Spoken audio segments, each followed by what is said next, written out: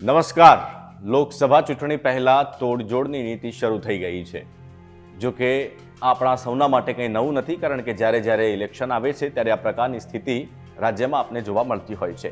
છેલ્લા કેટલાક સમયથી કેટલાક ધારાસભ્યો શાસક પક્ષના સંપર્કમાં છે એવું જાણવા મળી રહ્યું છે અને પક્ષ સાથે છેડો ફાડી અને ભાજપમાં જવાની અંદરખાની તૈયારીઓ પણ ચાલી રહી છે એવી પણ માહિતી છે.